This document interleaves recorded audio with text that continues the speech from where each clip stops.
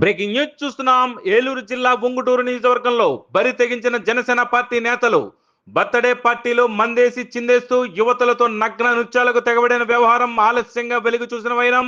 ఏలూరు జిల్లా నెడమరు మండలం కొవ్విడి గ్రామ జనసేన పార్టీ అధ్యక్షుడు వాకముడి ఇంద్ర పుట్టినరోజు ఈ అశ్లీల నృత్య ప్రదర్శన చోటు చేసుకోవడం శోచనీయం. ఈ నెల 12వ తేదీ రాత్రి క్రొవ్విడి గ్రామ శివారులోని బావాయిపాలెం ఓ రైస్ మిల్లులో రేవు పార్టీ పెద్ద ఎత్తున ఏర్పాటు చేసినట్లుగా తెలుస్తోంది.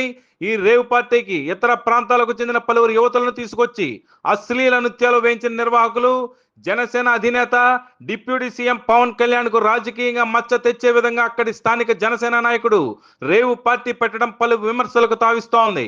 ఈ రేవు పార్టీ వ్యవహారంపై పోలీసులకు సమాచారం అందినట్లుగా తెలుస్తోంది.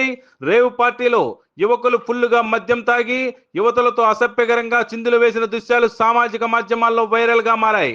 బర్త్డే పార్టీల పేరుతో ఇటువంటి అసాంఘిక కార్యకలాపాలకు పాల్పడిన వారిపై కఠిన చర్యలు తీసుకోవాలని ప్రజలు డిమాండ్ చేస్తున్నారు.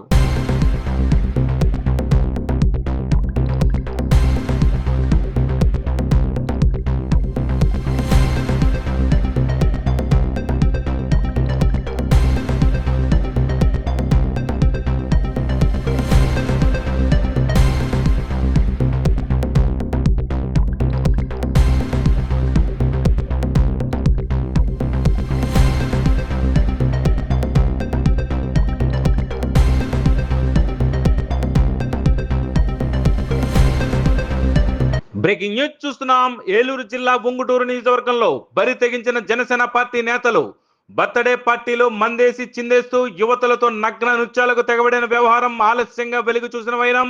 ఏలూరు జిల్లా నెడమరు మండలం కొవ్విడి గ్రామ జనసేన పార్టీ అధ్యక్షుడు వాకముడి ఇంద్ర పుట్టినరోజు ఈ అశ్లీల నృత్య ప్రదర్శన చోటు చేసుకోవడం శోచనీయం. ఈ నెల 12వ తేదీ రాత్రి క్రొవ్విడి గ్రామ శివారులోని బావాయిపాలెం ఓ రైస్ మిల్లులో రేవు పార్టీ పెద్ద ఎత్తున ఏర్పాటు చేసినట్లుగా తెలుస్తోంది.